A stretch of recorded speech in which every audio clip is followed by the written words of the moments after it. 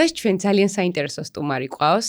აკაკი მაქცარია, რომელიც საქართველოს კულტურას იკვლევს და მისი გაცოცხლება უნდა. მოგესალმებით. გამარჯობათ, დიდი მადლობა რომ მომიწვიეთ. ძალიან დიდი მადლობა რომ გამონახეთ დრო და გვაქვს იმის საშუალება რომ ჩვენს მაყურებელს მოუყვეთ ძალიან საინტერესო ამბები თუნდაც ქართულ მითოლოგიაზე. ცოტა თქვენ შესახებ რომ მოგვიყვეთ თქვენ რასაკეთებთ? მე ესეთი გრძელი გზა გამოვიარე დღევანდელობამდე, გავიზარდე, ყოველთვის ხა ამ პარტავნობაში და იმაში არ მინდა ჩამეთვალოს, მაგრამ ძალიან კარგი ოჯახიდან მოვდივარ.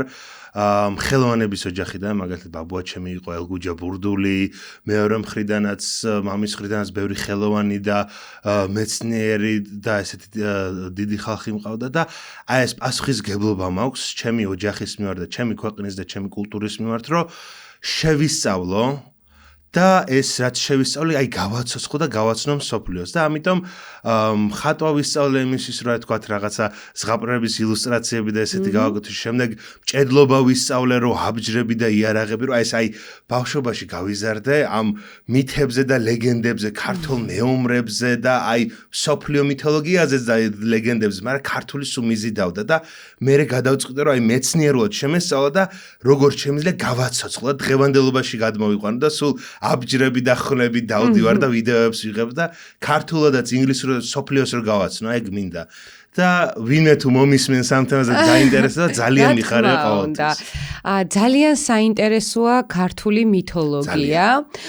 ჩვენ ძირითადად ვეცნობით ხოლმე ევროპულ მითოლოგიას, ბერძნული არის ასევე ძალიან ცნობილი, მაგრამ მე მინდა დღეს ვისაუბროთ ჩვენ ქართულ მითოლოგიაზე, იმიტომ რომ უკიდეგანოდ საინტერესოა ჩემთვის და ცოტა სხვა კუთხით უნდა შევახედო და რეალობის დანახვა არის ძალიან საჭირო. და არა ის რაც სკოლაში ისწავლეს რაღაცა. სკოლაში ისწავლება რომ რამე საერთოდ. დიახ, აი რაც არის ის ჩანაწერი, რაც არის, უბრალოდ რაღაც წარმოსახვი გეცოდინება. არაფერი ისეთი მნიშვნელოვანი არ არის და მინდა რომ ზუსტად დღეს ვინც გვიყურებს, ვინც ნახავს ამ პოდკასტს, მიხვდება რეალურად, მაგალითად ვინ იყო მედია და რას წარმოადგენდა და მისი ოჯახი ძალიან საინტერესო არის, ამაზე აუცილებლად ვილაპარაკებთ და ერთი მინდა თქვა, რომ აი თვითონ სკოლაშიც საერთოდ ჯერ არაფერი არ ისწავლება, რაც ისწავლება არის რადიკალურად არასწორი. აი პირდაპირ მნიშვნელობით ტყუილები ისწავლება. მაგალითად, ყველაზე გავრცელებული ტყუილი არის, რომ პრომეთე არის,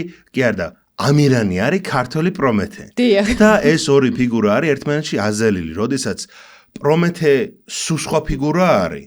სუსხვანაირი ისტორია და სუსხვანაირი მისიით და სუსხვანაირი ფუნქციით და ამირანი არის რადიკალურად სხვანაირი, უბრალოდ ორივე არის ერთ სროქს იხდიან ერთ კავკასიის მთებში. ზოგადად ვიდეოც მაქვს ამ თემაზე ჩაწერილი, რომ კავკასიის მთები არის მსოფლიო მითოლოგიური ძალიან მნიშვნელოვანი ადგილი, როგორც ბერძნულ მითოლოგიაში, სკანდინავიურშიც, ჩრდილოეთის ხალხის და მცირე აზიის მითოლოგიაში ეს იქნება რა ქვია არაბების, სპარსები, ყველა ხალხის მითოლოგიაში კავკასია არის სამყაროს ღერძი, აქსის მუნდი, ესე ქვია, მთა, რომელსაც ცა უჭირავს და აქ არის იმდენი საინტერესო მითები, რომ აი სოფლიო მითოლოგიას რო სწავლობდი, უფრო მეც ვიგებდი საქართველოსზე, ვიდრე საქართველოსზე რო სწავლობდი და მე საქართველოს ქართულ მითოლოგიას რო ჩავუღრმავდი, სოფლიო მითოლოგიაზე და სოფლიო ისტორიაზე უფრო მეტი გავიგე. იმიტომ რომ აი თვითონ ბიბლიაც ამბობს, რომ კაცობრიობა მოდის კავკასიიდან.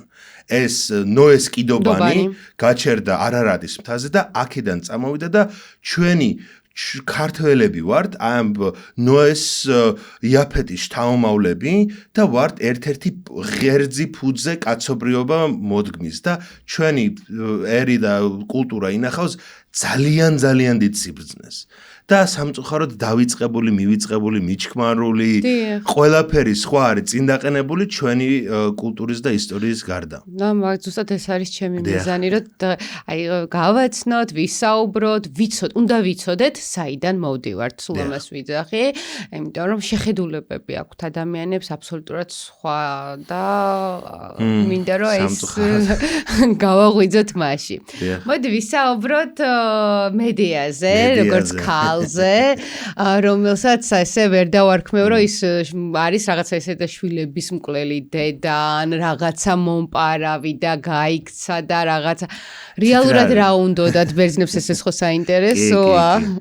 ეს უნდა ვიცოდეთ ბერძნულ მითოლოგიაზე რო ლაპარაკობთ, ხშირად დღევანდელი მორალი და დღევანდელი კონტექსტით გავრცჯით ბერძნულ მითოლოგიურ ფიგურებს, როდესაც ესენი იყვნენ სხვა სამყაროს, სხვა იდენტობის და სხვა იდეის ხალხი. ამიტომ, აი მაგალითად, ჰერაკლე ხო არის ბერძნულ მითოლოგიის ყველაზე განთქმული გმირი. ჰერაკლეს საგმირო საქმეები იმიტომ იწყება, რომ ერთ დღეს გაგიჟდა, აიღო ერთი თავისი შვილი და მთელი ოჯახი დანარჩენით ცემა.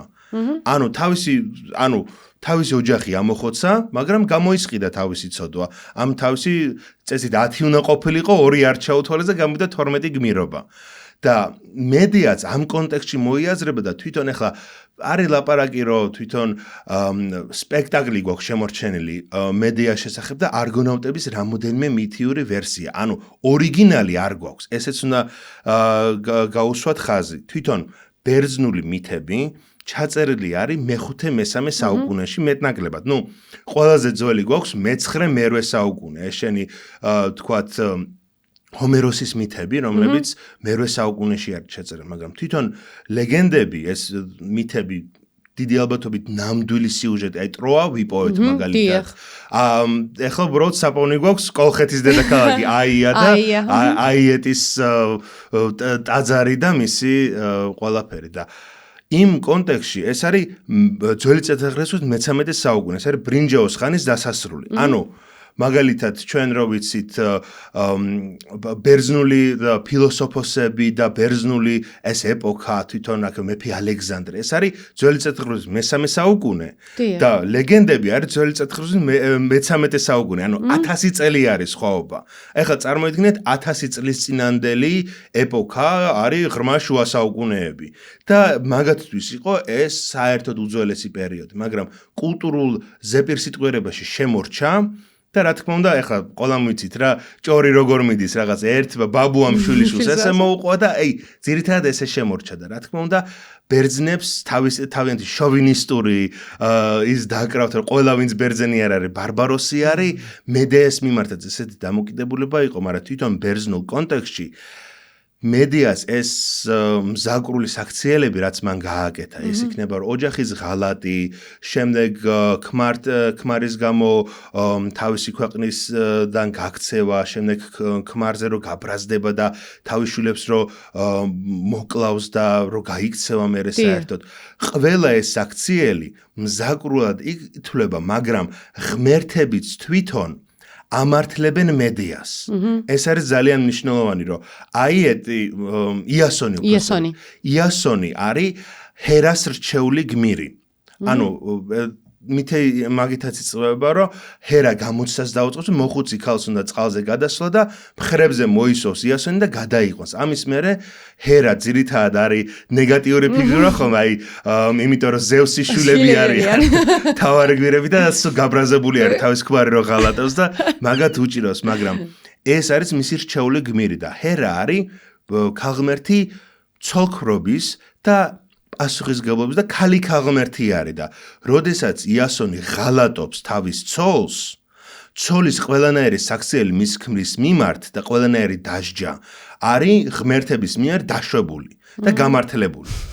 მაგრამ ეს კონტექსტის რომ გადავდოთ გვერდით, თვითონ მედია არის მათი ოჯახის წევრი, ღმერთების ოჯახის წევრი. არ არის მედია ჩვეულებრივი, იასონი არის მოკვდავი ადამიანი. მედია არის ტიტანების შთამომავალი.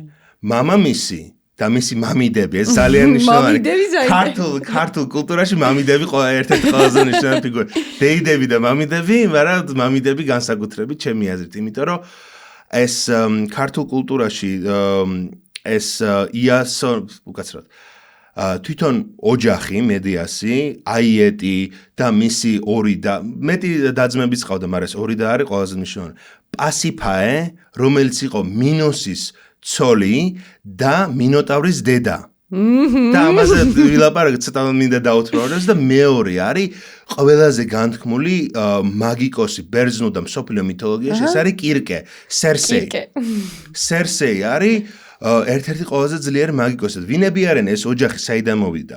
ყოველთვის ვიცით რომ მამა არის ჰელიოსი. ჰელიოსი არის მზის ტიტანი, რომელსაც ფაეტონით აღმოსავლეთიდან დასავლეთით მიყავს.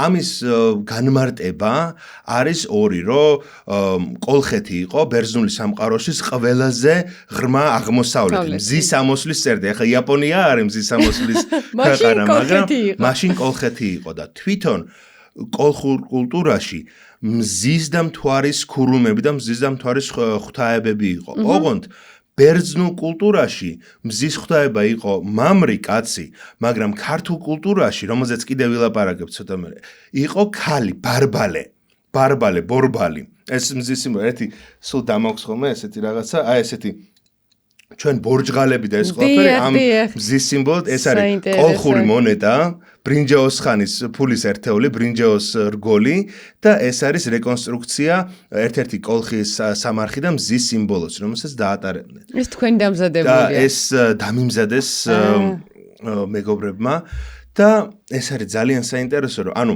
ბერძნები რომ მოდიან და კონტაქტი აქვთ ქართულ კოლხურ ცივილიზაციასთან, ხედავენ რომ მზეს აღმერთებენ და ესე იგი ეს არის მზის ოჯახი, მაგათი სამართლო და თვითონ ამ კულტურაში მზის ღვთაება, ქალის ღვთაება, მაგათი ქურუმები არიან ეს კირკე, პასიფაე, მედეა.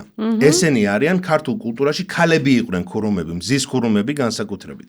მთვარე უკვე მთვარის მეომრული სიმბოლიკა, ეგ უკვე ასოცირებული არის დღეს გაქრისტიანებული თეთრი გიორგი. თეთრი გიორგი, იმიტომ რომ აი ბარბალე მაგალითად წმინდა ბარბარა გახდა გაქრისტიანების პერიოდში, მაგრამ ბერძნულ კონტექსტში დაუბრუნდეთ. ესე იგი, თვითონ ჰელიოსი არის მამა და დედის ორი ვარიანტი, რამოდენიმე სხვა ვარიანტების, მაგრამ ყოველთვის არის ღვთიური ფიგურა. ეს არის ზღვის ნიმფი, ოკეანიდი, ანუ ზღვის ღვთაება, ან ჰეკატე. ჰეკატე, ყველა ვიცით, ხო? ანუ ჰეკატე არის ღამის, სიკვდილის და მაგიის ქალღმერთი ბერძნულ მითოლოგიაში. ანუ ჩვენი პანთეონის რაღაცა, ჩვენი მეფეები არიან ტიტანებისა და ქალღმერთების შვილები. არ არიან ესენი მოკვდავი ფიგურები. მედეა არ არის მოკვდავი ფიგურა. მისი მშობლები და ოჯახის წევრები არ არიან რიგითი მოკვდავები. ესენი არიან ღვთიური ძალის პატრონი ხალხი, რომლებიც ბერძნულ მითოლოგიაში ყველაზე ძლიერი მაგიკოსი არის, რა თქმა უნდა, მედეა, რომელსაც მედიცინას მივასწავლეთ, მაგრამ მედეა არის გაზრდილი თავისი მამიდების, მათ ასწავლეს ეს ჯადოქრობა. ეს არის, როგორც ვთქვით, კირკე. კირკე გვხდება ოდისეაში, როდესაც ოდისევსის გემი დაადგება მის კუნძულს და ეს ოდისევსის ჯარისკაცები ეცდებიან, რომ იქაორით ამ კირკეს სახურები ცოტა შეავიწროონ, ესე ძილობიანად თქვა და კირკე მათ ღორებად გადააქცევს. კირკე ასევე გვხდება აიეტის, კირკე ასევე გვხდება იასონის და მედეას გზაზე, როდესაც მოდიან კოლხეთიდან, კირკესთან მიდიან, რომ მედეამ ჩამოიბანოს ის ცოდვა, რაც ჩაიდინა. ანუ იცის, რომ ცოდვა არის მამამის რო უღალა და საკუთარი ძმა რო გაწირა და მიდის თავის მამიდასთან და ეუბნება, მამიდა რა ვქნა, მიყვარს ეს ბიჭიო. და ეს რიტუალს ჩაუტარებს და განწმენს ამ ცოდვისგან. და ბერძნულ მითოლოგიაში მიჩნეული არის, რომ თვითონ ქალღმერთი ჰეკატეს მერე, ჰეკატეს პირველი ქურუმი და ყველაზე მაგარი და ძლიერი მაგიკოსი არის კირკე. მაგრამ მეორე ყველაზე ძლიერი მაგიკოსი არის პასიფაე. პასიფაე ეს არის ძალიან საინტერესო არის თვითონ რა ფიგურას წარმოადგენს პოლიტიკურად. ანუ აიეტის და არის ცოლი მინოსის, მინოური ცივილიზაცია მიჩნეული არის ევროპის პირველ კულტურა და პირველ ცივილიზაციად, რომლის ბერძნები თვითონ ვისაც ჩვენ დღეს ბერძნებს ვეძახებენ, ესენი არიან ჰელენები. ჰელენები მოვიდნენ გვიან ბრინჯაოს ხანაში და თვითონ მინოელები ეს იყო გაცილებით უფრო ძლიერი და უფრო უხუცესი ცივილიზაცია, რომელიც გენეტიკურად, კულტურულად, შეიძლება ლინგვისტიკურად არ არის ეს კარგად გამოკვლეული, უფრო ახლოს არიან ანატოლიელებთან და კავკასიელებთან, ჩვენც ამ რეგიონის ხალხი ვართ, ვიდრე დღევანდელ ბერძნებთან, იმიტომ რომ ბერძნები არიან ინდოევროპული ხალხი, რომლებიც ინდოევროპელების მიგრაციის პერიოდში ჩამოვიდნენ.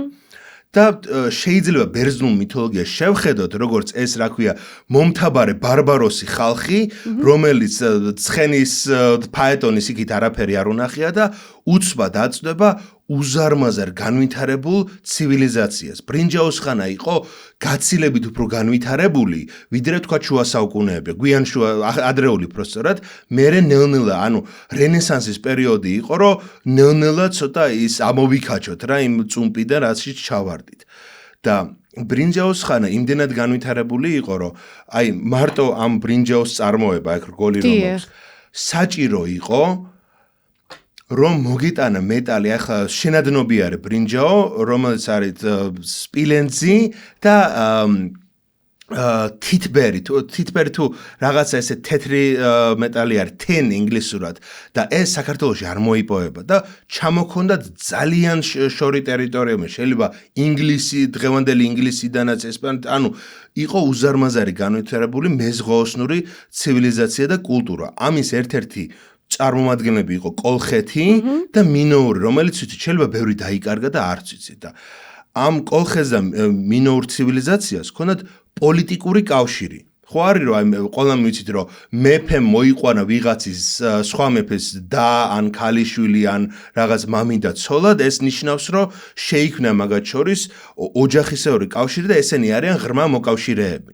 ზუსტად ამას ხედავთ მინოურ საწყის ცივილიზაციასა და კოლხურ ცივილიზაციაში და მინოური ცივილიზაცია აი ისეთი განვითარებული და ისეთი ლამაზი არის, ფრესკები რო ნახოთ, ისეთი აი და ფრესკებში რა მომწონს ყველაზე მეტად, რომ აი ქალები ისეთ ახლა რა ვქრა, კაცი ვარ და ესეთ აი ჯიშიანი ქალები რა ესე რო ვთქვათ, გამოხატულები არიან როგორც აი ეხლა ცოტა რა ვიცი მრცხვენია კიდევაც ამას საუბარი, მაგრამ აი ძუძუებს წარმოჩენა, ძუძუებზე მზედამთვარე დახატული ლოყებით მთლიანად სახე შეღებილი და მაშინ სილამაზის სტანდარტი იყო, რომ ქალი უნდა ყოფილიყო თეთრი ფითქინა და კაცი უნდა ყოფილიყო დაზაგრული. და ეს იყო, იმიტომ რომ კაცი გარეთ მუშაობს, კაცის მოვალეობა არის ომი, შრომა მუშაობა და ქალის მოვალეობა არის ადმინისტრაცია, კულტურა და აი ოჯახის მოსწოდა. ეს ძალიან მნიშვნელოვანი როლი არის. ამ კულტურაში ეს არის დომინანტური და ახლა წარმოიდგინეთ, რომ მინოური ცივილიზაციის, სადაც ქალი არის დომინანტი, ამ კულტურის ქალი, მთავარი ქალი არის ქართველი ქალი, ანუ კოლხი ქალი. ჩვენი მეფის და გახდა ამ რაღაცა უძველესი, უგანვითარებელესი კულტურის, სადაც ქალი არის უზენაესი, მაგათი დედოფალი. და მერე რა შვება, რომ მიდის და აჩენს მინოტავრს. მინოტავრს. ანუ მინოტავრის დედა არის ქართველი პასიფაია. და თვითონ ახლა მინოტავრის ლეგენდად გვახსოვს, მაგრამ პასიფაია არ იყო მარტო უბრალოდ ესეთი ქალი, რომელსაც ცოტა ხარისკენ გაურბოდა თვალი. დიახ. თვითონ იყო ძალიან ძლიერი ჯადოქარი და იცოდა როგორც განეკურნა, როგორც მოეწამლა, აი ბალახ-ბულახის ცოდნა ქონდა ძალიან ღრმა და ეს ხვდებით ერთ-ერთი შემორჩენილი მითი არის, რომ ამ ცოლქმარს მინოს და პასიფაიას სულ ქონდათ გაუგებრობები რა და ბერძნული მითოლოგია ცოტა ესეთი ბავშვებისთვის არ არის რა ეს ნათქვა და ერთი სიუჟეტი არის, რომ მეფე მინოს დაწყევლის, რომ როდესაც ღალატობს, საღალატოდ რო წავა რომ დაასრულებს და რომ ესე თქვა გაათავებს ხოჭოებს და მწერებს და რაღაც გველებს და საშინელებას და დაწყევლია და ეხოცება თავისას მაპატიე შემინდერას გაიკეთე და მოხსენიე სხეულაო. მაგრამ არა და მაგაზე მერე მოდის ვიღაცა სხვა მითიური ფიგურა, რომელიც შეარიგებს და რაღაცა და ამ სიუჟეტში ჩანს რამხელა ძალაუფლება გააჩნია ამ ჩვენ პრინცესას ու დედოფალს, რომელიც ასევე ძალიან საინტერესო არის, მარტო მონსტრების დედა კი არ არის, ასევე პრინცესების არიადნე და სხვა ბერძნული მითიური გმირები, მისი შვილები და შვილიშვილები მერე ტროას ომში იღებენ მონაწილეობას. ძალიან მნიშვნელოვანი ფიგურაა, როგორც დედაქალი. და აი ამაზე მინდა გავამახვილოთ ყურადღება, რომ რამხელა ეხლა დღევანდელი ტრაგედია არის, რომ რამდენი ქალი გარბის საბერძნეთში. ხო და ეს არის ბრინჯაოს ხანიდან მოყოლებული პრობლემა რა, რომ აი ყველა ჩვენი ჯადოქარი მიდის საბერძნეთში. რეალიზებისთვის. ხო და აი ამ მითს და ამ სიუჟეტს სამწუხაროდ ხედავთ მედიას ისტორიაში, რომ მედია თვითონ არის ესე ძლიერი ჯადოქარი, მაგრამ მოდის ეს ბერძენი მოიტაცებს, მოაჯადოებს, რაღაც სიყვარულით მოაჯადოებს, თვითონ მითშიც არის სიყვარული ეროსი არის ერთ-ერთი პერსონაჟი ამ მითის და მოისყიდიან, რომ აი სათამაშოს მოგცემ, ოღონდ შენ ეს ის არის გაურჭე მედიას გულში, რომ იასონს მეტი შანსი ქონდეს. ანუ მთლიანად ჩაწყობილი აქვს. იასონი, აი კოლხეთში რომ მოდის განსაკუთრებით, უმაქნისი ვერაფერს ვერ აკეთებს. ყველაფერში ეხმარება მედია და საბოლოოდ მედია რჩება ესეთ ცუდ სიტუაციაში, რომ თავის ოჯახს უღალატებს. ესეც აი მართლა ტრაგიკული ფიგურა არის ჩვენი გადმოსახედიდან, რომ ვიღაცა ბიჭისთვის, იმიტომ რომ ვიღაცა ღმერთებმა გადაწყვიტეს, რომ ჩაუწყოს ამ იასონს საქმე, შეუყვარდა ეს ბიჭი თავის უნებლიეთ და მერე ყველანაირად ცდილობს დაეხმაროს, რომ აიეტის გამოწვევებში მოაგებინოს, ეს იქნება თვითონ ხარის, ცეცხლოვანი ხარის მოთვინიერებას ასწავლის, მერე იქიდან რომ დათესავსა ჩონჩხის ჯარისკაცები, რომელიც ფილმი თუ გაქვთ ნანახი, აი ეს ძველი ჰერი ჰაუზენის ფილმი, ულამაზესად არის, ცოტა ბოროტებად ვარ კოლხები გამოყვანილი მან. მაგრამ იქ ჩონჩხის ჯარისკაცები რო ამოდის და მერე ქვა რო უნდა გადააგდეს ყურადღება იქითკენ რო უნდა წაიღოს და ამ ყველაფერს ასწავლებს და ბოლოს გველეშაპისგან როგორ დაიხსნას ეს ჩვენი ოქროს საწმისი, მაგასაც ყველაფერს ეხმარება და ამ ყველაფერი წვალების ბოლოს როგორ ამთავრებს, ეს არის ტრაგედია. თვითონ ტექსტი რაც გვაქვს შემორჩენილი არის სპექტაკლი დადგმული ამ ტრაგედიაზე, რომ მედია, რომელმაც გაწირა ყველაფერი ფაქტიურად იასონი ვერაფერი ვერ იქნებოდა მედიას გარეშე, რო დაბრუნდნენ თავიანთ სამეფოში და რო გადააგდეს ის ბოროტი ბიძა, რომელმაც გაუშვა მისიაზე და გახდა მეფეები, ხალხ შეეშინა მედიას, იმიტომ რომ ბერძნები, შოვენისტები, რაღაც ჩვენ ვართ მაგრები, ვინ არის ეს უცხოელი საშიში ქალი, გააგდეს ესენი, მოუწიათ სხვა კუნძულ სამეფოში შეკედლება და იასონმა თქვა, რომ მოდი ხელებს დავიბან ამ ვიღაცა უცხოელი ქალისგან, მოვიყვან ამ ადგილობრივ პრინცესას, მე ცნობილი გმირი ვარ, რაღაც გავიც და ეს შვილები რომ ყავს, მედიამაც უთხრა, რომ რაღაცა მსახურებად დარჩებიანო რა და შენც იქნები ჩემი რაღაცა კონკუბაინი, რაღაც ჰარემის ნაწილიო, რაღაცა მეორე ხარისხონ. ეხა ესეთ ჯადოქარ ქალს გაუბედე რაღაცა ეგეთი. ქართველ ქალს? ხო, გაუბედე. ამან აი რამხელა ტრაგედია არის. თვითონ სპექტაკლშიც ძალიან კარგად არის წარმოჩენილი, რომ ეს ჩვენი მედია არის დაჩაგრული, იმსახურებს მეტს და მისი გაბრაზება და მისი ყველა ეს საქციელი იქნება ეს მოწამვლა ამ ახალი სამეფო ოჯახის იასონის დაღუპვა და საკუთარი შვილების განწირვაც, ეგეც ყველაფერი არის იმ კონტექსტში, ბერძნულ მითიური კონტექსტში სწორად მოაზრებული. ღმერთები აპრავებენ ამას. თუ ღმერთები აპრავებენ, ყველანაირი ცუდი საქციელი შეიძლება. დღევანდელი კეთილი ცუდი მორალით არ უნდა განსაჯოთ. უნდა განსაჯოთ ბერძნულ მითოლოგიაში ზევსი არის ერთ-ერთი ყველაზე ჩათლახი კაცი. და ეს არის მთავარი ღვთაება, რომელიც მთავარია. ხო, რომელიც ლამაზი გოგო თუ ხარ ბერძნული, ვაიმე, რომც გამოქვაბულშიც რო ჩაკეტონ, ან რაღაცა დილეგშიც რო ჩაკეტონ, წვიმის სახით მოვა და დააფეხმძიმებს ამ გოგოს. მაგრამ იქ არის ტრადიციები, იქ არის წყობა. ზევსი შეიძლება რაღაც ესეთ უწმაწურ საქმეებში ჩადის, მაგრამ ზევსი არასოდეს არ ეხმარებს სტუმარ მასპინძლობის წესს.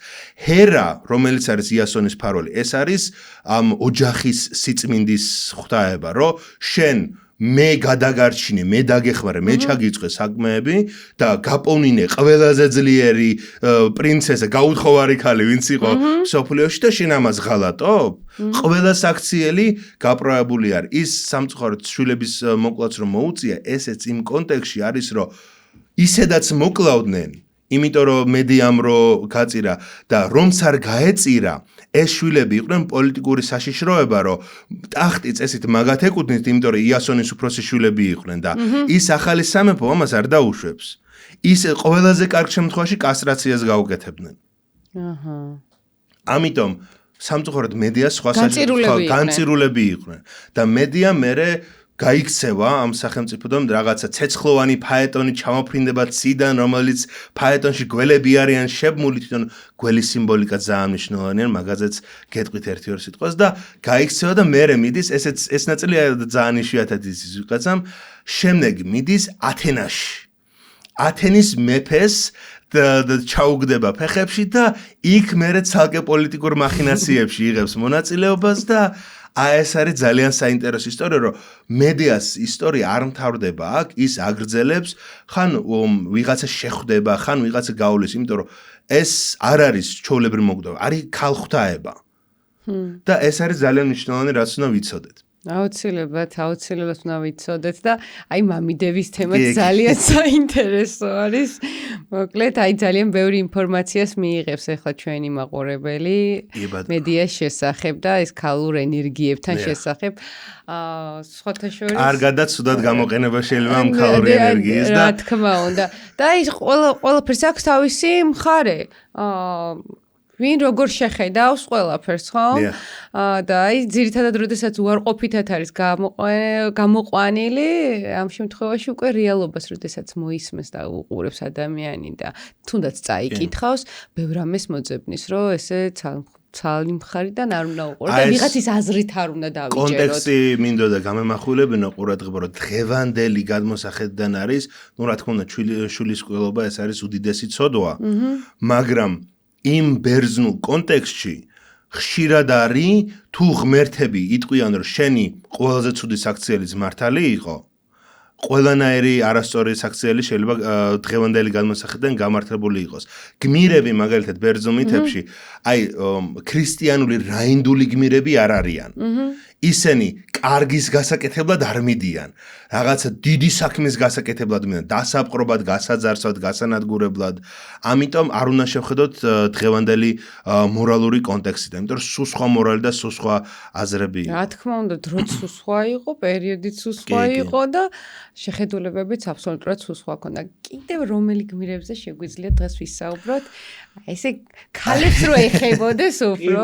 ძალიან კარგი იქნება, იმიტომ რომ მეც ახლა რაღაცა წვერებიანი კაცური კაცი რო არ, სულ რაღაცა მასკულინურ გმირებზე და რაღაც რაინდებზე და აბჯარასხმულ ფიგურებზე ვსაუბრობ, მაგრამ ჩვენ ქართულ მითოშიც და მსოფლიო მითოშიც ძალიან დიდ როლს თამაშობენ ქალები. ამიტომ ამ კუთხით რო გავუყვეთ ქართულ მითოლოგიას ძალიან მნიშვნელოვანი არის, იმიტომ რომ ჩვენი ერთ-ერთი უნიკალურობა, ჩვენი ქართული მითოლოგიის უნიკალურობა და ჩვენი კულტურის უნიკალურობა მითოლოგიაში ჩანს უბრალოდ ეს ასპექტი, რომ ჩვენ ქვის ხანიდან წამოსული ხალხი ვართ. ის ხალხი ვართ, ის კავკასიელი მონადირე შემგროვებლების შთამომავლები ვართ და ის პირველი ანატოლიელი ფერმერები, ვინც მიწადმოქმედება მოიგონეს, იმათი შთამომავლები ვართ.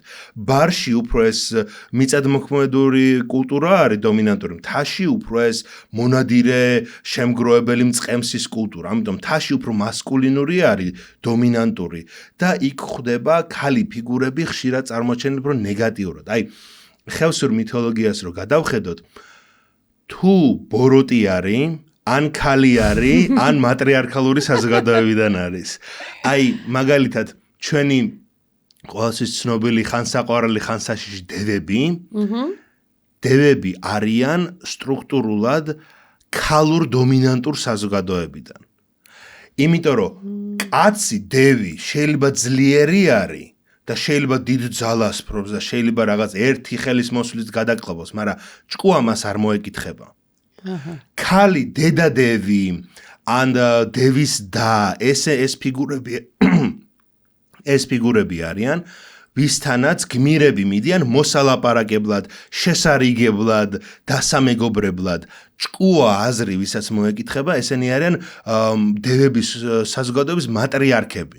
და ყველაზე ძლიერი ფიგურები, არა ფიზიკური ძალით, არამედ თავიანთი გამჭრიახობით, ხანახან ბოროტი ვერაგობით, ხანახან თავიანთი ძალით. ხშირად არის, რომ დევი ან მარტო ცხოვრობს როგორც კაცი, ან ცხოვრობს დედას ოჯახში, რა დედა არის მთავარი და მისი რაღაცა 9 შვილი ან რაღაც 100-თავიანი ქალიშვილი და ამ კონტექსტში ძალიან საინტერესო არის, რომ რა თქმა უნდა არიან დომინანტური მამრი დევი ფიგურებიც, მაგრამ ესეთი ვინც არის გადაწყვეტილების მიმღები, ვინც არის ჯადოქრობის მცოდნე, ვინც არის კეთილი ფიგურებიც ხშირად ყავს, ამირანის მითებშიც არის ხოლმე კეთილი დევის და ან კეთილი დევის ქალიშვილი, ან ცხაპრებშიც ხდება, მაგალითად ხუთკუნჭულა. ხუთკუნჭულას ერთ-ერთ ვერსიაში რომ მოიტაცებს ეს ხუთკუნჭულას და მის 9 ძმას, დევი ხო უნდა რომ შეჭამოს, მაგრამ დაეხმარება ამ დევის ქალიშვილი, რომ შეუყვარდება ხუთკუნჭულა და უნდა რომ რაღაცებში დაეხმაროს. ხშირად ქალიშვილი თუ არის, მამის დაჩაგრული, მამის ქალიშვილი თუ არის, მამის დაჩაგრული და უნდა რომ გმირის ხელით მოიცილოს ეს მამა და თვითონ ჩაიგდო ზალაუფლება ხელში. ესეც გაიძვერებიც არიან დედადევები და ქალიდევები.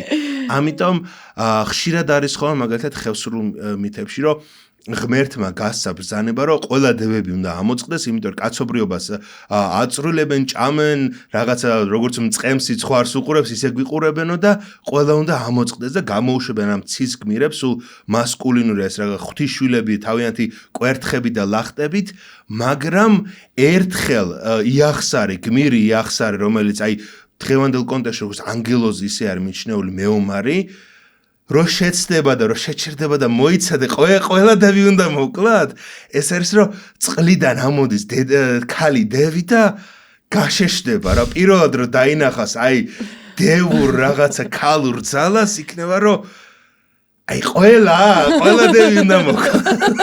კითხულობს. ხო, არ ვიცი რა, რაღაცა შეცდომდება რა. ესეთი ანგელოზისნაირი ფიგურაც რაღაც კითხვა გაუჩნდება, იმიტომ რომ დევი ავტომატურად ბოროტი არის, დევი არის ქაოტური ფიგურა.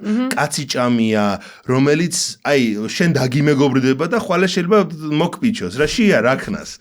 მაგრამ ქალი დევი არ არის, ქალ დევს აზროვნება შეუძლია. კაც დევს იმდენად არა. და ეს არის ძალიან მნიშვნელოვანი, რომ დავინახოთ ამ მითოლოგიურ ნარატივში და მეორე ცნობილი ფიგურა ქართული მითოლოგიის ეს არის ქაჯები. ქაჯები ყველა შეიძლება არ ვიცოდეთ ვინ არის ქაჯი, მაგრამ ვიცით ვინ არის ქაჯი. ხო ხტებით? ფუ ეს ქაჯი. ეს ქართული მითოლოგიის ერთ-ერთი ყველაზე საშიში ფიგურები, რომლებიც ერთი მაგალითს უნდა გავამხილო ყურადღება, რომ არ არის ერთნაირი ქაჯი. არის მიწის ქაჯი, რომელიც ჩვენ ვიცით, რომ ვერაგი გაიძვერა, მოგიტაცებს შენ სისხლს დალევს და რაღაც საშინელება. წყლის ქაჯი, რომელიც მდინარეებში და კალაპოტებში და ისეთ ადგილებში ცხოვრობს, მიმალურ ტყეებში, სადაც მდინარე მიჩქებს, ისინი თუ არ შეაწუხებ, თავისთვის არიან. და არიან ჰაერის ქაჯები, რომლებიც პირდაპირ ღვთიურ ძალებს და ზეციურ ფიგურებს ემსახურებიან. მე ჩემი გადმოსახედიდან, თუ იცით ფენტეზი, მე ქაჯები ჩემთვის არის როგორც ელფები. ოღონდ ელფები მე არ მომწონს, ამიტომ ქაჯებს ეძახა, ხო. ქაჯები, იმიტომ რომ ამ კონტექსტში ესენი არიან ძალიან დიდი ცოდნის პატრონები, ჯადოსნობა იციან, ხელკეთობა იციან, ძალიან ცოცხალ აბჯარს აკეთებენ მაგალითად, ან ქსოვენ ისეთ სამოს, რომელიც ტყვიასაც გააჩერებს, ან შეუძლიათ შენი სიკვდილიდან მოგაბრუნონ, ძალიან დიდი ცოდნის პატრონები არიან, მაგრამ ღმერთმა დაგიფაროს მაგათთან შეხვედრა. შეიძლება დაგიმეგობრდეს, მაგრამ არავითარ შემთხვევაში სანდო ხალხი არ არის. ზოგადად ფეი ეს ფერიული არსებები მაგათ მიეკუთვნებიან რა, არიან ბუნების ნაყოფიერების რაღაც შედარებით პოზიტიური ფიგურები, მაგრამ მაგათაც ბოლომდე არ უნდა ენდო, მაგრამ ჩვენ ქაჯებს ვისაც წარმოვიდნენ, ესენი არიან მიწის ქვესკნელის ფიგურები, რომლებიც არიან ეშმაკებთან ქრისტიანულ კონტექსტში უკვე ეშმაკურ კონტექსტში მოიაზრებიან ისეთი საშიში ვერაგები არიან. ზომილებაზე არიან და იმიტომ დაბალი ვიბრაციის არსებები არიან, მაგრამ მაინც ძალიან დიდი ძალა და ცოდნა აქვთ. არის ძალიან საინტერესოა. ხო, ძალიან საშიშები არიან, ოღონდ აი ქალებთან რომ მინდა მივიყვანო, ეგ ძალიან საინტერესო არის, რომ ღვთისმშობლებს აქვთ მათთან ომი. დევები არიან ფიზიკური ძალა და ქაჯები არიან ინტელექტუალური ძალა. ხო, აი ესე ორად გაყოფილები, ერთი ძალიან ძლიერი, მაგრამ დებილი, მეორე შეიძლება სუსტი, მაგრამ ძალიან ჭკვიანი და ვერაგი და გაიძვერა. ესენი იტაცებენ ხოლმე ხშირად გმირებს, რომ გასუ ქონდა მერე კარგად შეჭამოდა მაგათ სისხლი ძალიან საშიშები, აი მართლა საზარელი არსებები არიან, მაგრამ თუ მოეწონე, ისეთ საჩუქარს მოგცემენ, შენ აგაშენებენ რა მთელ შენ ოჯახს, მაგრამ ყოველთვის ცუდად გიბრუნდება ეს. ეს არის საინტერესო. და ღვთისმშობლები ხშირად აწარმოებენ ესე დარბევით ომებს მათ წინააღმდეგ, რომ გაანთავისუფლონ დამწყდოვლი მონები, ამოჟლიტონ ეს რაღაცა ქაჯეთის ბატონები, მაგრამ რო შედიან ხოლმე ხშირად მოყავთ თან ქალები, ქაჯი ქალები და ესენი არიან დობილები, რომლებიც ცალკე სალოცავები აქვთ ხევსურულ რწმენაში, ოღონდ ესენი არიან ჭირის, დაავადების, აი რო გითხარით ხევსურულში ყველაფერი ნეგატიური ქალთან ასოცირდება. ხო და ესენი არიან მზეთუნახავები, მიწისქვეშეთიდან წამოყვანილი ქალები, რომლებიც კონტექსტს გააჩნია ახლა კარგად გვინდა ღვთისმშობლები გამოიყვანოთ, ამიტომ თავისი ნებით წამოყვნენ. რო არ უნდათ იქ ყოფნა, მაგრამ რო ამოიყვანენ მიწისქვეშეთიდან, მაგათი ფუნქცია არის, რომ თუ ღვთისმშობლს შეურაცხყოფას ვინმე მიაყენებს, ან მსხვერპლს არ შეწირავს, ან სხვას არ დაუკლავს, მოვა მისი დობილნი, მისი საცოლე, მოტაცებული ქალი და ის ჭირს დაგმართებს, შულს მოგტაცებს, დაავადებას მოგვრის შენ ოჯახს. ნეგატიური ფიგურა არის, მაგრამ მაინც ემსახურება ღვთიურ სამართალს. და თუ გინდა რომ აი დაავადების, აი ჩვენ ხო ვიცით ბატონები ბატონების ტრადიცია, რომ ბატონებს უნდა თავი მოვაწონოთ, რომ რაღაცა კარგად მოვექცეთ, გავახაროთ ისისა, რომ წყნარად წავიდნენ და არ წაგვიყვანონ თან, არ გავგწირონ. ამ ფიგურებს და ამ ღვთაებებთან გვაქვს საქმე, რომ ეს ქალი ღვთაებები ნეგატიური არის, მაგრამ ამ კონტექსტში მაინც პოზიტიურად მოიაზრება, იმიტომ რომ ღვთის ძალას მიეკუთვნება და ღვთისმშობლები კაცური ფიგურები არიან, მაგრამ მითებში ხშირად არის ნახსენები, რომ ქალიშვილებიც ყავს მორიგე ღმერთს, შემქმნელ ღმერთს. ასევე ესენი არიან ჭირი, უბედურება, დაავადება, ყველაფერი ცუდი. მაგრამ როგორც გითხარით, ეს არის მორიგე ღმერთის ქალიშვილები, რომლებიც ასრულებენ ამ ფუნქციას, რომ ცუდი რაღაცა მოგმართონ, როცა იმსახურებ. და შენ თუ გამოისყიდი, შენ ცოდე, რამე თუ ცუდი დაგემართა, დაავადება, ჭირი, ფეხი მოიტეხე რაღაცა, ეს არის ქალმა გაგიკეთა, მაგრამ კაცის გამო. ეს არის და ეს უნდა გამოისყიდო ეს. კაცის გამო. ხა და ეს არის საინტერესო კონტექსტი ამ სიუჟეტში, მაგრამ რო შევხედოთ, რატო არის ქალი ნეგატიური ფიგურა? ძალიან მე ახლა რა ვიცი, სულ მიკვირდა რომ ხევსურეთში არ არის ქალი იმდენად დაჩაგრული, არ არის ქალი იმდენად სიძულვილის, რა თქმა უნდა, არის მიჩნეული რაღაც ეს სტერეოტიპები, მაგრამ ქალს შეუძლია განქორწინება, რამე თუ არ მოეწონა თქმისგან, ახლა უსამართლობას არ აიტანს და ძალიან დიდი როლი აქვს ოჯახში ქალს, რა თქმა უნდა, ჩვენი კულტურა ზოგადად ქალებს წესით და რიგით ბევრი აღარ შევა მაგას, მაგრამ უნდა აფასებდეს და რატო არის ეს და მაგრამ ერთ ლოგიკურ ახსნა მივედი, რომ ზოგ ვერსიაში ნახსენები არის მორიგეს ცოლი, რომელიც კონტექსტის მიხედვით შეგვიძლია ვივაროთ, ესენი არის გაშორებულები. ხო და დედა ზოგადად აი კოსმიური მამა არის მორიგე სამყაროს რიგში მომყვანი, მაგრამ სამყაროს ქმნის ქაოსი და ქაოსი ხშირად არის ქალური საწყისი. ხო და ქაოსის ქალი და ზეციური მამა. ამათმა შექმნეს სამყარო, მაგრამ ქაოსი არის და მამა წყობა არის და ვერ შეედნენ რა ერთმანეთს, იმიტომ რომ ქალი ქაოტური არის, გამანადგურება, ქაოსი როგორც შექმნა არის, განადგურებაც არის, მუდმივ მოძრაობაში და ეს არის წყობაში მოყვანა. და სამყარო რო შექმნა ღმერთმა, ეს კიდე ქაოსს აგრძელებს და რაღაცა და ამიტომ ყველაფერი ნეგატიური მიეწერა დედას და ქალს. ძალიან საინტერესო პარალელები ამაზე შეიძლება გაიბაზი იაპონურ მითოლოგიაში. ძალიან ბევრი საერთო გვაქვს ქართულ და იაპონურ მითოლოგიაში, იმიტომ რომ იქ არის იზანაგი და იზანამი. სამყაროს პირველი ღვთაებები, რომლებიც ჩამოვიდნენ დედამიწაზე, იაპონიის კუნძულები წყლიდან ამოიყვანეს და როდესაც შეწყვილდნენ, გააჩინეს ბევრი ღვთაება შვილები.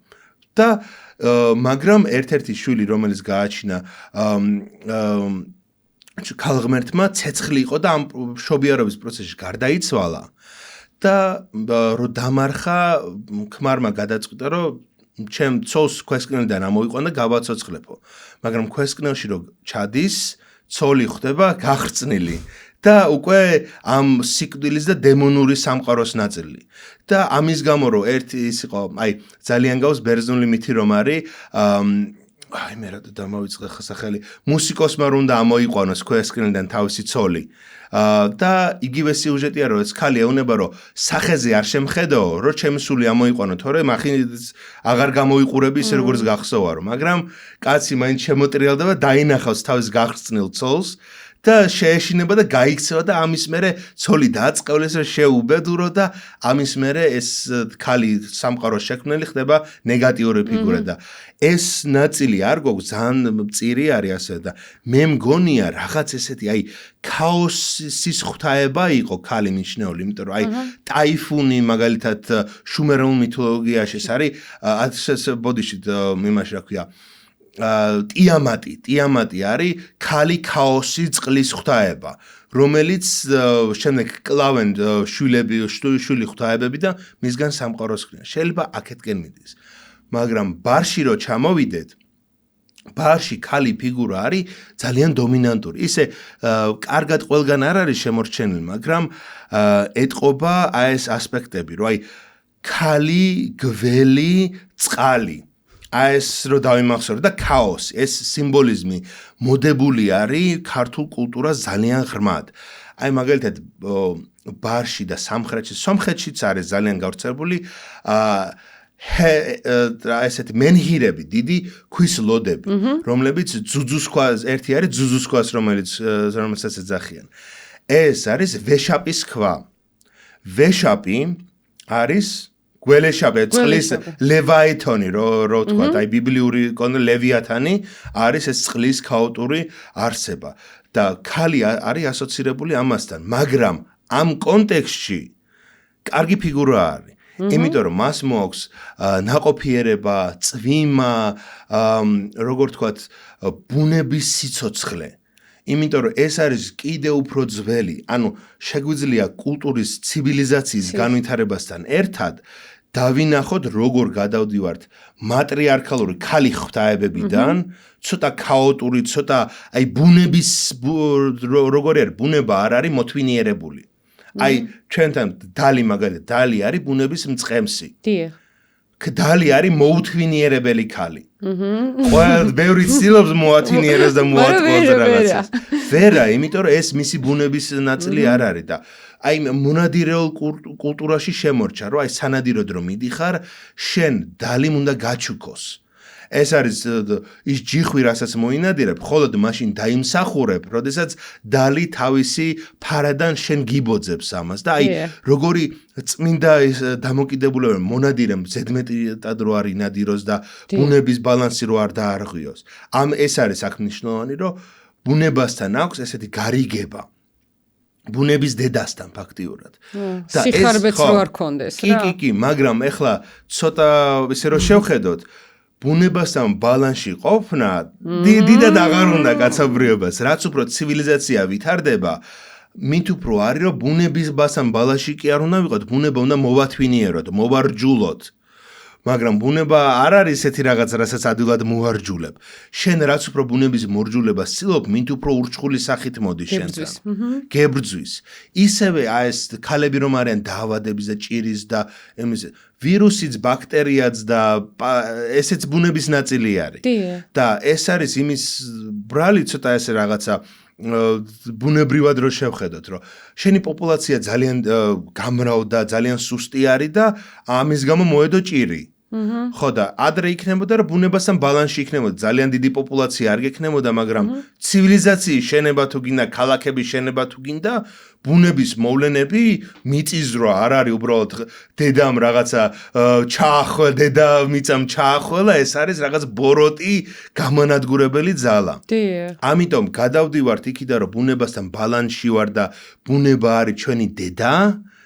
ბუნება ეხა ხდება ურჩხული და გველეშაპი. ადრე გველეშაპი და გველი არის კეთილი ფიგურა, რომელიც გვასწავლის, გვეხმარება. ზოგადად ეხლა ბიბლიური კონტექსტით გველი არის ბოროტი. მაგრამ ძველ მითოლოგიური კონტექსტით, განსაკუთრებით ქართულ მითოლოგიაში და აი რო გითხარით, მინოურ კულტურაში ძალიან ბევრი ქანდაკებები არის, ქალებს ძუძუებ წარმოჩენილი ქალები, ხელებში უჭირავთ გველები.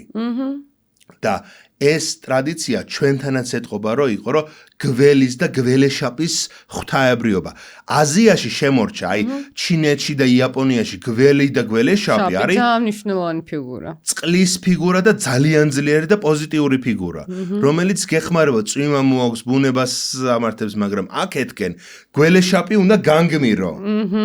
ეს არის რომ მასკულინური ცის ღვთაება ჩამოფრინდება და წყლის ქაოტურ ღვთაებას განგმირავს. ადრე რომ იყო მენტალიტეტი და დამოკიდებულება რომ ქაოსთან ერთად უნდა ვიცხოვროთ, ჩვენ ამ ქაოსის ნაწილი ვართ. ეხლა არის რომ არა, ქაოსი უნდა განგმიროთ და დავამარცხოთ და მოვათვინიეროთ. აი ეს არის ძალიან მნიშვნელოვანი ჩვენ კულტურაში, მაგრამ იმის გამო რომ ეს ამხელა ცივილიზაციის ცვლილებები გადავიარეთ, შემორჩა ყველა ასპექტი რა, ეს ქალური საწყისით შემორჩა რაღაცა ტრადიციებში, ეს ხედავთ როგორც შემოდის, აი ამიტომ არის ძალიან მნიშვნელოვანი მეცნიერულად რომ შევხედოთ ამას, რომ როგორ გადავდიათ ერთი ფუძიდან მეორისკენ, რომ აი რაღაც ეს დედაბუნების ღვთაებრიობა, ადგილის დედა, დალის ერთი საინტერესო ერთი ფიგურა არ არის, დალები არიან. დიახ.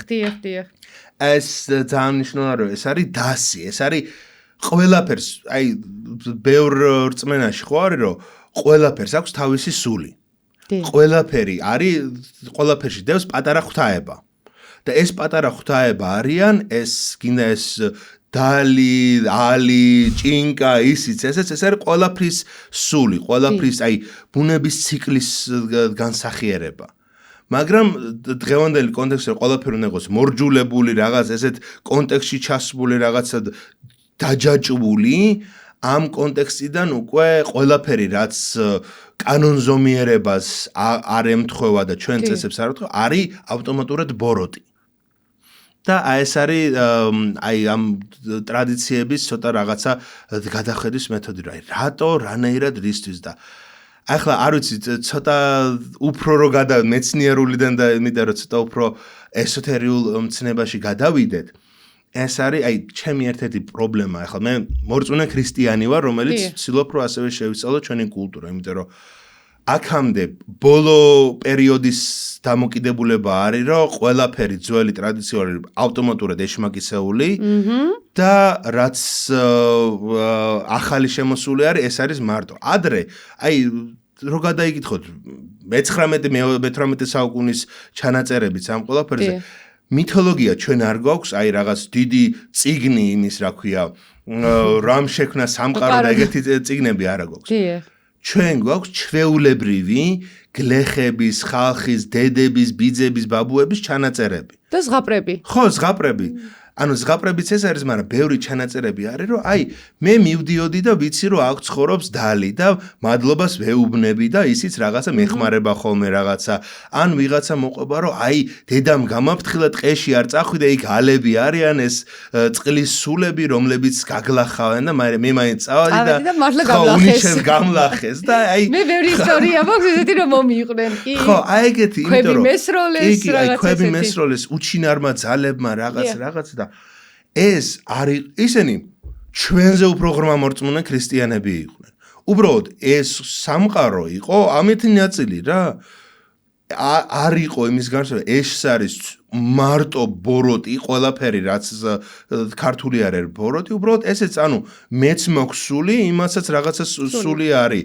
ზოგ კონტექსტში იყო რა, ესენი არიან წინაპრები, აი ესე შეგვიძლია უყუროთ, რომ აი ეს დალი და ეს ღვთაებები ეს ქალღვთაებები მე ხანდახან აი ვფიქრობ, შეიძლება იყოს და ჩემი აზრით შეიძლება იყოს ის წინაპრები, ის ჩვენი უძველესი დედები, ქვის ხანის დროს, რომ ჯადოქრები და ქურუმები იყვნენ, რომლებიც მაგათი 64 იყო ბუნება და დარჩა მაგათი სული და მაგათი არსი ამ ბუნებაში და დღეს იქ არიან და შენ იქ რომ მიდიხარ ეს რაღაცა ხანსწუმრად მიგიღებს ხანმოყვარე და ეგ აი ძალიან ბევრი ჩვენ რიტუალები და ტრადიციები არის რომ აი მადლობა გადაუხადოს სტუმარმა ანუ იმ სულთანას სტუმარმა სპინძლობა უნდა დავიცვათ წესი რომ არ უნდა შეურაცხყოფა არ უნდა მივაყენოთ პატივი უნდა მივაგოთ იმიტომ რომ ჩვენთან ქართულ და არა მარტო ქართულ მსოფლიო კულტურაში უბრალოდ ქართულში კარგად შემორჩა იყო წინაპრების მათი სულების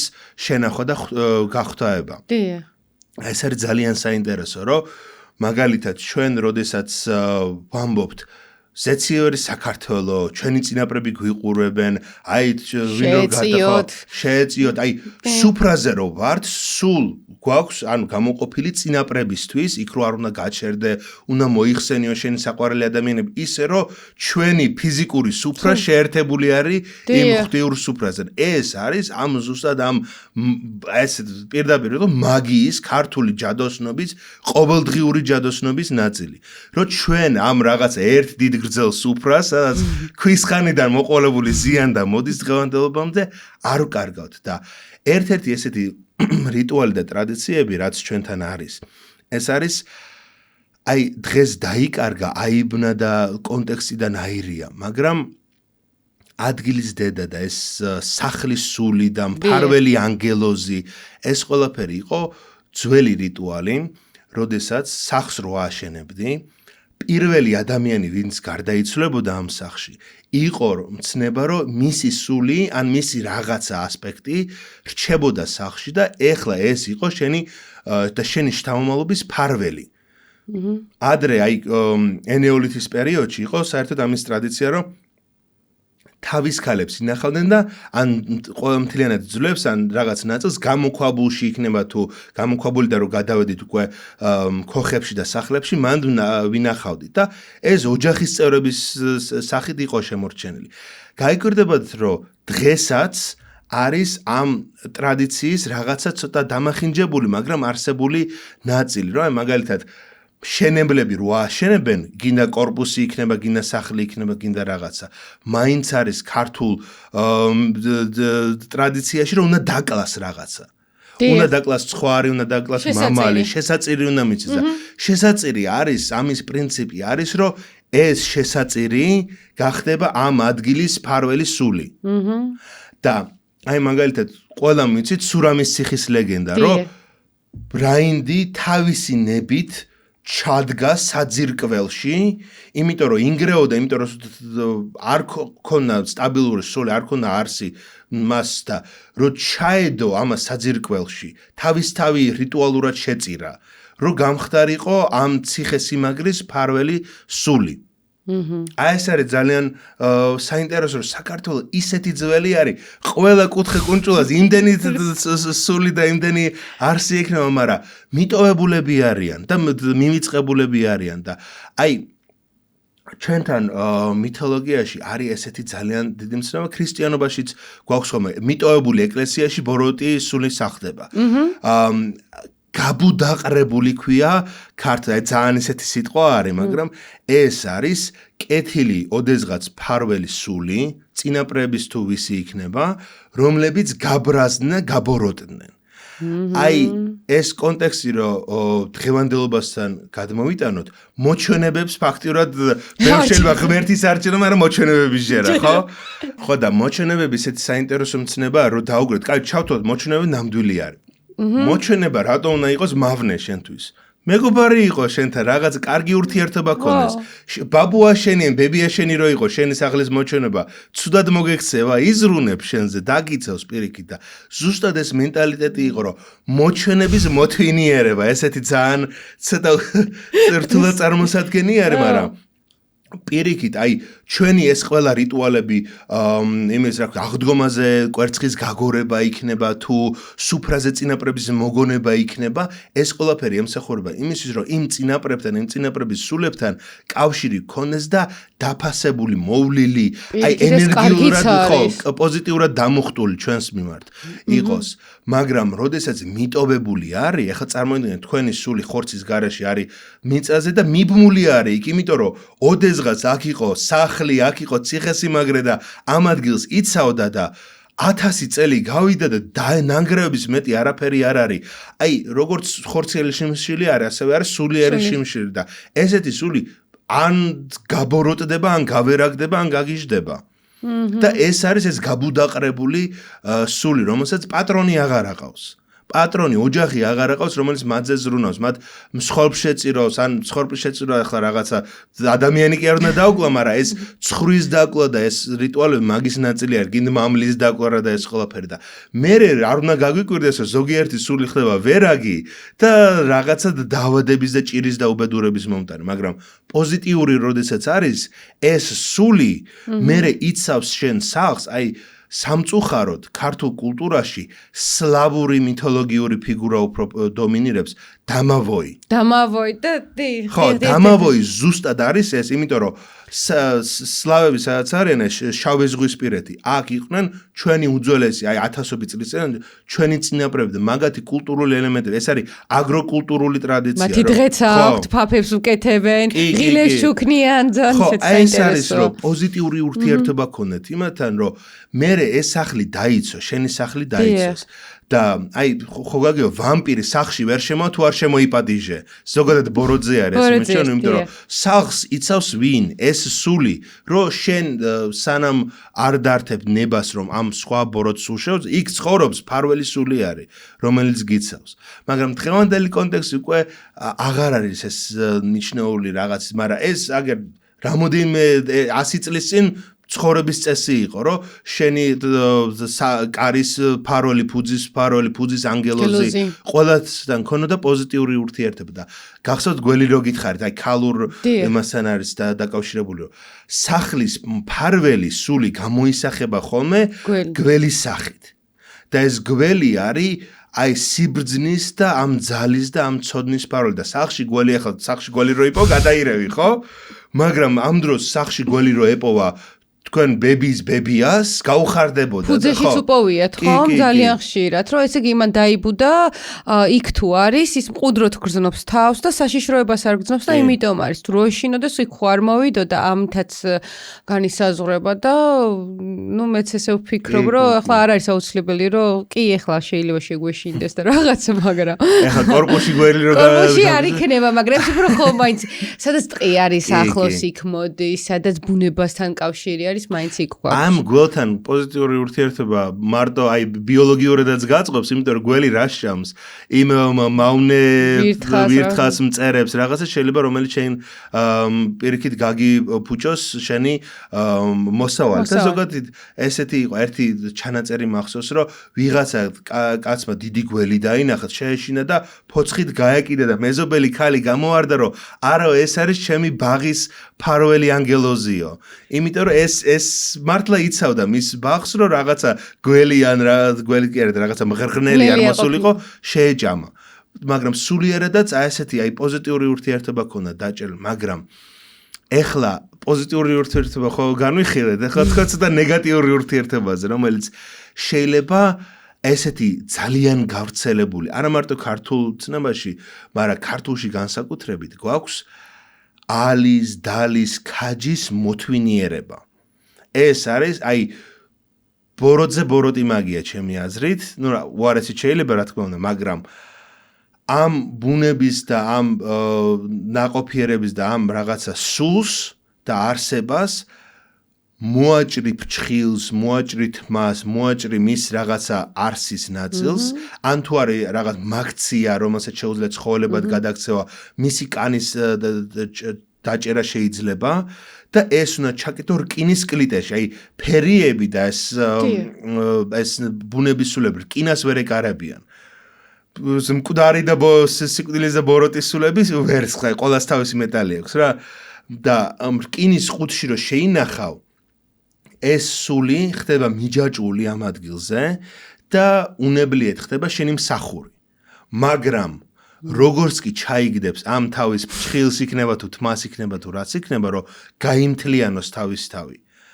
ისეთ ზარალს მოიტანს არა მარტო შენ, მთლიან შენ მოდგმას ამოწყვიდავს და ძალიან ბევრი ესეთი ლეგენდები და ჩანაწერები გვაქვს ქართულ ფოლკლორში, რომ აი რატო ამოწყდა ეს ოჯახი, რამ გააუბედურა ეს ოჯახი, რომ ვიღაცამ გადაწყვიტა ეს მზაკრულად ჩაეგდო ამ რაღაცა ბუნების ნაყოფიერების ამ რაღაცა სულის ნაწილი და დაპატრონებოდა ეს კი ფარველობდა და გაამდიდრა და გააბედნიერა. Bara როგორც კი მისმა შულმა გახსნა ყუთში რადესო როგორც კი გააღო ამოფრინდა ეს რაღაცა ბოროტი და всё ჭირი უბედურება დაავადება განადგურდნენ. ამიტომ ზოგადად ფრთხილად უნდა ვიყოთ ამ ყველაფერთან, მაგრამ განსაკუთრებით ეს რომ აი ჯადოქრობაში ხო არის აი თმის ღერისგან რაღაცა წყევლებს და რაღაცებს რო აკეთებენ. იგივე პრინციპი არის, ოღონდ ვიდრე ჩვეულებრივ მოკვდავ ადამიანს რაღაცა უძველეს სულ ღვთაებას იჭერ რა რაღაცა წვრილი ღვთაებები არიან ესე პატარ-პატარა არიან ხო და აი არ ვიცი რა ესე ძალიან რაღაცა ძალიან მოკლედ უნდა ფიქრობდე, იმიტომ რომ შენ სანამ შეიძლება შენ კარგად იყო, მაგრამ შენი წყევლა, შენი ცოდვა გადადის შენ შთამომავლობაზე. და რა თქმა უნდა სხვას ვირა დაუშავებ რაღაცა ისიც ანუ პრინციპით არის, დიახ. მაგრამ რეალურად მედიასნაირი ქალები არიან დღეს.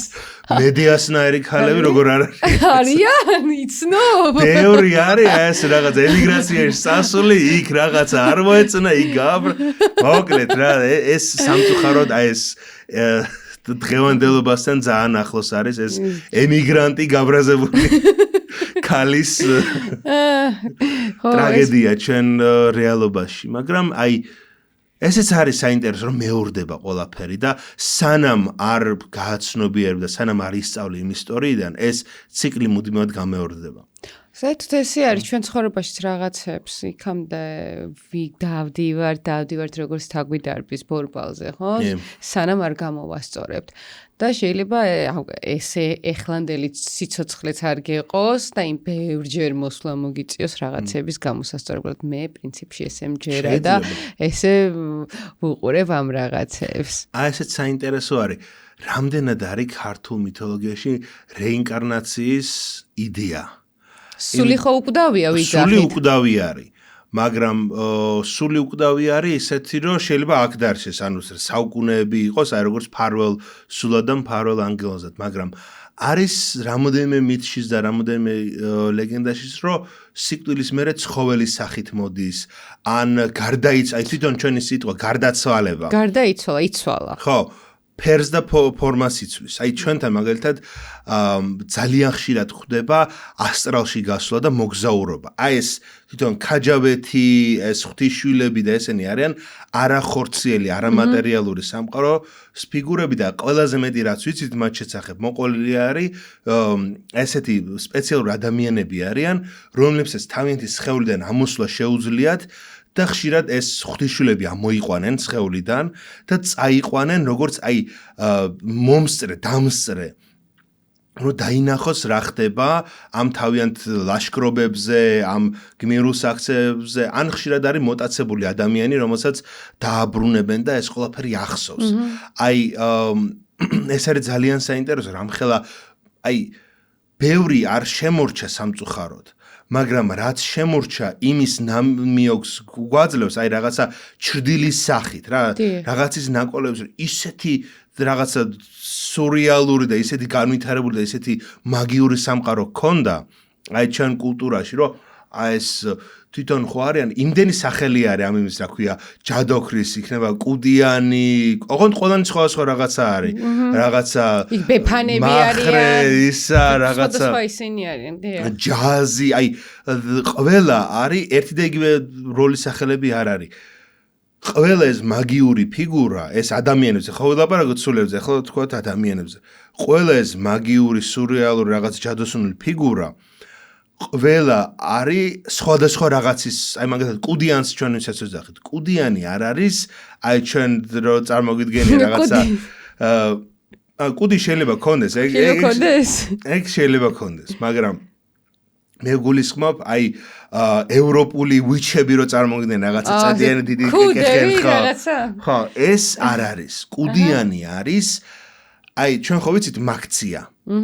მაქცია არის რომელმაც აი მაქცია დაამხეცა რა ესე რა თქვათ რა მაქციობა დაამხეცა აი კუდიანი რომელსაც თავისი ნებით შეუძლია გადაგცემა მაქციობა ხო ვიცი რა აი წყევლა არის ვერ აკონტროლებს რაღაცა მაგრამ რეალურად რო ჩაუღრმავდე მაქციების მითოს და ლეგენდას ეს არის ადამიანი რომელიც დაიბადა როგორც ადამიანის სულით ასევე ცხოველის სულით და ის ადამიანი რომელიც ვერ აკონტროლებს, აი რო დაიძინებს დღე, გაიღვიძებს ცხოველი. ანუ ადამიანი დაიძინებს, ცხოველი გაიღვიძებს და ვერ აკონტროლებს თავს თავში, მაგრამ კუდიანი არის ის, რომელიც აი კულტივიზაციას ახდენს და თავის ამ მეორე ასპექტს, მეორე მესთან გაიგივდება და ამის კონტროლი შეუძლია ასტრალური პროექცია ცხოველის სახით შეუძლია აი ეს რა ქვია გადაიქცეს შეუძლია რაღაცა სხვა ბოროტისულები მოარჯულოს და ჩვენ რაღაც აი ხო არა ეს რაღაცა ეშმაკისეული ძალები და რაღაცა თვითონ ლეგენდებში და მითებში ესენი სულ არიან პოზიტიური ფიგურები აი ქართული კონტექსტიდან რომ გამოვიდეთ ერთი აი იტალიელი ჩანაწერები არის აი მან ხო იყო ინკვიზიცია და ესეთი რაღაცა რომ ინკვიზიციის დროს ყველაფერს იწერდნენ რა ხალხს რასაც აბრალებდნენ და ინკვიზიცია რომ მივიდა და თქვენ გებრალებათ მაქციობა და ის მოძო კი ვარ მაქცია, მაგრამ ქრისტიანი მაქცია ვარ, ბოროტებს ვერ ბზვი, ანუ სხეულიდან გამოვდივარ და ცუდ ჯადოქრებს, რომელსაც სხეულების და ავის გაკეთება უნდა, მაგათ ვერ ბზვი. და შენ მემსჯი, იმიტომ რომ კაი საქმეს ვაკეთებ. ანუ არც და მე მოხდა ამათი აი ამოხოცვა, დახოცვა, იმიტომ რომ ერთადერთი ძალა და ერთადერთი წყობა უნდა ყოფილიყო ისევე ეკლესიის. და ეს არის შუა საუკუნეების პერიოდში არ ხდება ეს მერე ხდება აი უკვე მე-17 საუკუნე მე-18 საუკუნე ხო ესენი არიან პროტესტანტები არ და ხო და აი მაგ პერიოდში ხდება მაგრამ ძალიან საინტერესო არის კიდე ის რომ მართლმადიდებლურ სამყაროში ეს არ ხდება კატეგორიულად რელიგია ქრისტიანობა გამორიცხავს ამათი ესე სისტემატიურ დევნას. თუ ხდება რამე ასპექტი, აი ვიღაცის ჩაქოლო, ვიღაცის ეს არის სოფლის გადაწყვეტილება და ეკლესია გმობს ამას. მაგრამ ისიც არ ვთქვათ, რომ ეკლესია ჩართული არის ამ სულიერ ცხოვრებაში, ხდება მაგათი რაღაცა თავიდან მონათვლა. აი თვითონ ჯადოქრების ძალიან ბევრი ჩანაწერები არის, აი როგორ პოულობენ ამ ჯადოქრებს, როგორ ის არის.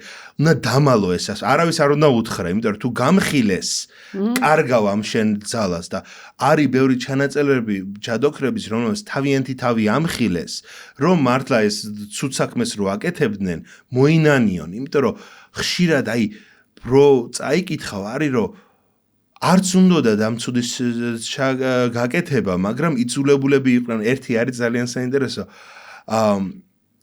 ქალი ყვება რომ მეო არ მინდოდაო საერთოდ ჯადოქრობა და ეს ყველაფერიო მაგრამ სიდედრმა მაიძულაო სიდე რო დავიძინებდიო ყოველ ღამეო ამომიყვანდა სხეულიდანო და რაღაცა მაწოლებდა და მაწამებდა ჰაერში დამაფრენდა იქითაკეთო რომ გინდა არ გინდა ჩემი მსახური გახდიო აი რაღაცა ბოროტი ჯადოქრის მსახური რა რომ შენც მე უნდა გასწავლეს ჯადოქრობა რაღაცა და ესეთი ის იყო, მაგრამ ასე იყო ბევრი ეს არის მახრა ნეგატიური ჯადოქრები, მაგრამ უამრავი იყო უფრო პოზიტიური ფიგურები. აი, კუდიანი ბუნებით ბოროტი არ არის. ეს არის უბრალოდ ბუნებას ემსახურება. მაგრამ ამ თანამედროვე კონტექსტით ბუნების მსახურები ერთი დეივე ქვაბში იხარშება, რაც ეშმაკისეული და ყველანაირი ბოროტისნიერი.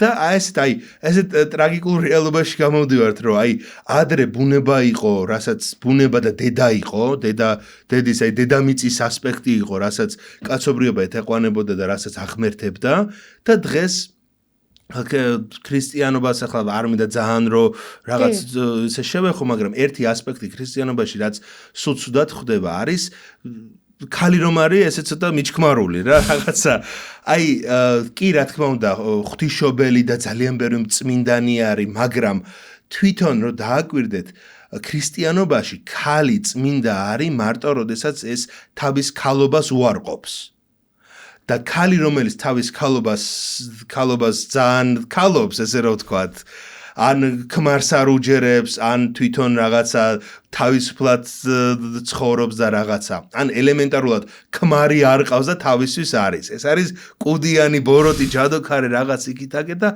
ეს მიიჩნევა ბოროტად ეხლა ერთი ქრისტიანულ იმას რა ქვია წმინდანებს და ესეთ ფიგურებზე ვკითხულობდი რომელიც ძალიან საინტერესო არ მართლა დიდი წმინდანები წმინდანინო მაგალითად ჩვენ იმაში და ბევრი მოწამეები მაგრამ კათოლიკებთან იყო ესეთი წმინდა რიტუალი გაწმინდანების პროცესი სადაც მონაზონი გოგოები თავისი ნებით თუ რამდენად თავისი ნებით იყო ეს ხარ რთული სათქმელი იმიტომ რომ ძირითადად თინეიჯერი გოგოები იყვნენ ამას რო აკეთებდნენ ეკლესიის გვერდით რაღაც ესე ყუთს გააკეთებდნენ და გოგოებს ამ ყუთში ჩარაზავდნენ და ერთი პატარა ხრელი ჰქონდათ საიდანაც საჭმელს აწვდიდნენ და ეს იყო ყველაზე წმინდა იმიტომ რომ ეს ქალი რომს უნდოდეს ვერავინ ვერ წაბილწავს ამას და მუდმივად არის ეს რაღაცა წმინდა გასხი ოსნებაში იმიტომ რომ მთლიანად უარყო თავისი ხორციელი ქალური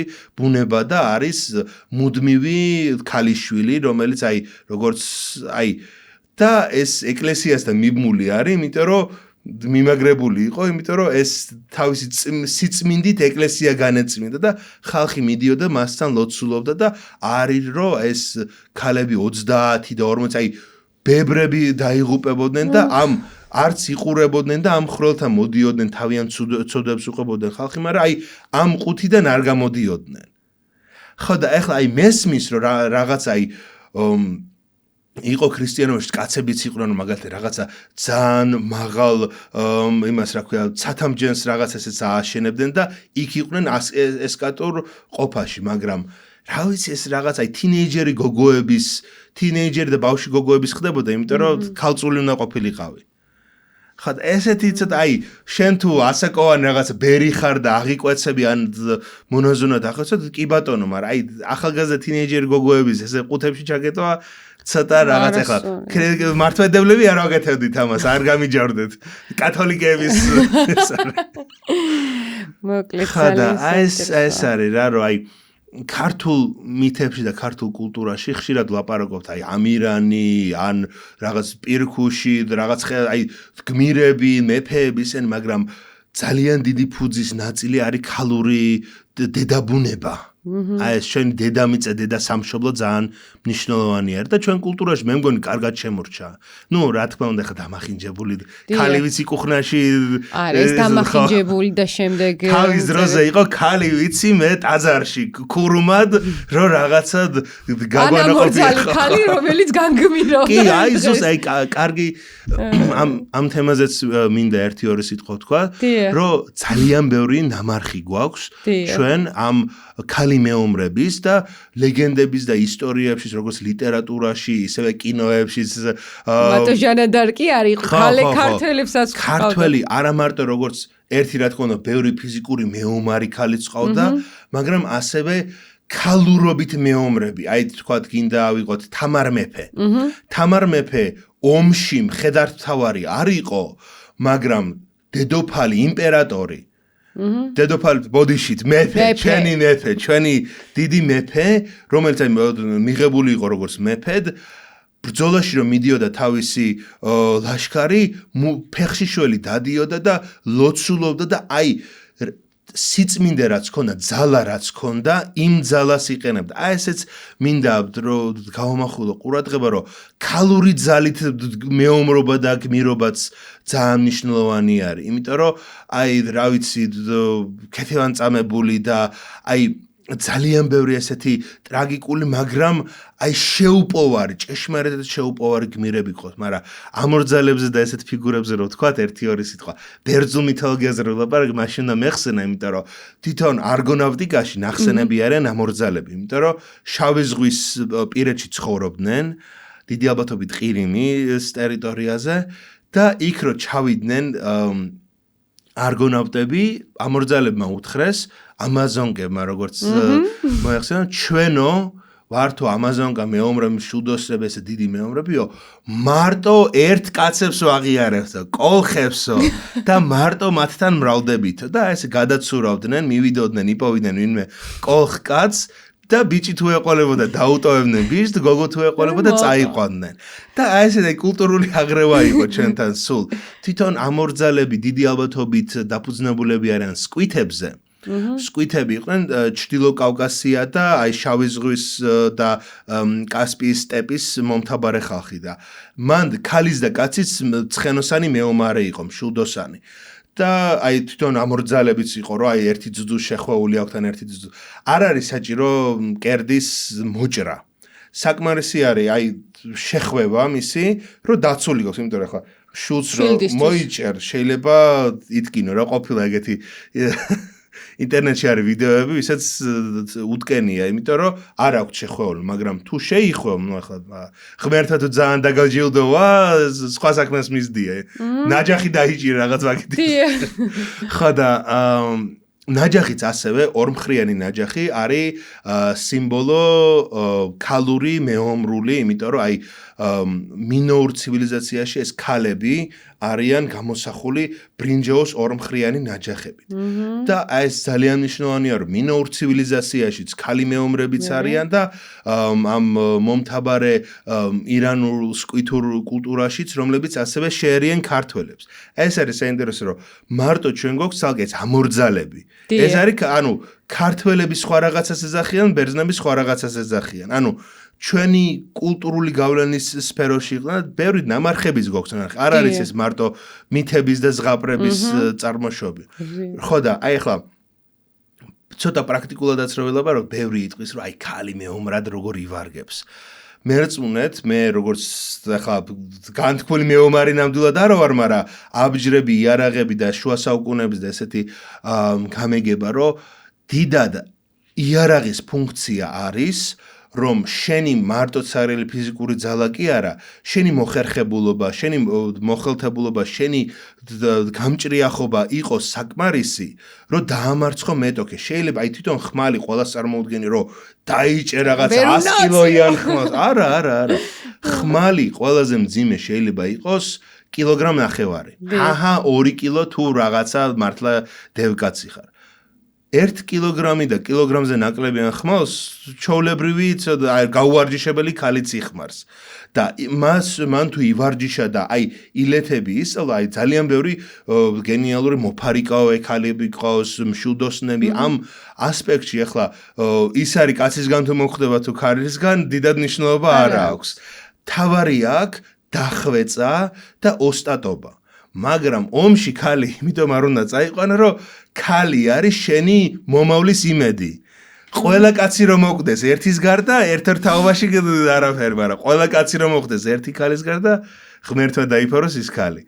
უბრალოდ, ყოველთვის იყო რომ ქალები უფრო სახლის და კარის დამცავები, ხო, ბავშვებთან რჩებოდნენ, მაგრამ მაინც იბრძოდნენ. ესეთ ახლა ოჯახს იცავდნენ, სახში არავის არ უშვებდნენ. კი. ეს ბევრი შემთხვევა გვაქვს ესეთი, რომ კაცები ყველანი ომში წავიდნენ და ქალებს დარჩათ თემი, ქალებს დარჩათ სოფელი და მისი დაცვა და მისი პატრონობა ქალის პასუხისგებლობა არის და ზუსტად მაშინ მოდიან ეს შენი ავაზაკები და ბანდიტები და ქალს გინდა არ გინდა, ეს ტრაგედია არის რეალურად ქალს რო ბრძოლა უწევს, მაგრამ ამ სამწუხარო ტრაგედიის გამო ძალიან ბევრი გმირები ყავდა, ქალი როგორც მეომრები, ასევე ლიდერები, ასევე სულიერი და მაგიური ძალის პატრონები რა. ძალიან სასიამოვნო იყო, მოკლედ თქვენთან საუბარი. ჩვენ აუცილებლად ალბათ შევხვდებით მეორედ, იმიტომ რომ ეს თემა მოუწურავი არის. მოუწურავია და სხვადასხვა თემით რომ შევეხოთ, იმიტომ რომ ზუსტად ვიცი რომ ძალიან საინტერესო იქნება ჩვენი მაყურებლისთვის, ძალიან ბევრი ინფორმაციას გაიგებენ, ასე რომ ქალური თემები ძალიან მინდოდა რომ ესეთი რაღაცის მეც მინდოდა რომ აი სულ კაცებზე სულ რაღაცა რაინდები აბჯრები და რაღაც ესეც ძალიან მნიშვნელოვანი განსაკუთრებით ჩვენი კულტურისთვის უმნიშვნელოვანესი არის. აუცილებლად და ესე მედეადან წამოვყევით და ასე რომ ძალიან ბევრი საამაყო რამ გვაქვს ძირფასო იმედია უკეთესად დაგანახეთ მედიას შეცდომები თვითონაც აღიარებს, მაგრამ ღმერთებმა გაუправეს. ასე რომ რაღაცები ისე ხდებოდა, როდესაც იმ ქვეყნიერ იმ ცხოვრებაში მართალი არის რომ იმედია გაგაცანით ასევე ეს კირკე და პასიფაია, რომლებიც მედიასავით ძალიან მნიშვნელოვანი ბერძნული მითოლოგიის ერთ-ერთი ყველაზე ძლიერი ფიგურები არიან. ამიტომ აი არასოდეს არ უნდა ვთქვათ რომ რაღაც აი შეგიძლიათ იტრაბახოთ რომ მინოტავრი დედით ბეგრელი იყო რა. მე ხლა საჩუქარი უნდა გადმოგცეთ, რომელიც მაღაზია თილისმამ გამოგიგზავნათ და მჯერა რომ წარმატებას, კეთილდღეობას და ბედნიერებას მოგიტანთ. დიდი მადლობა. გაიხარეთ. ასე რომ გილოცავთ 8 მარტს ბედნიერი წელი გქონდეთ, ძვირფასო ქალებო და არ გებრძოლოთ ისე გეცხოვროთ თქვენს ცხოვრებაში.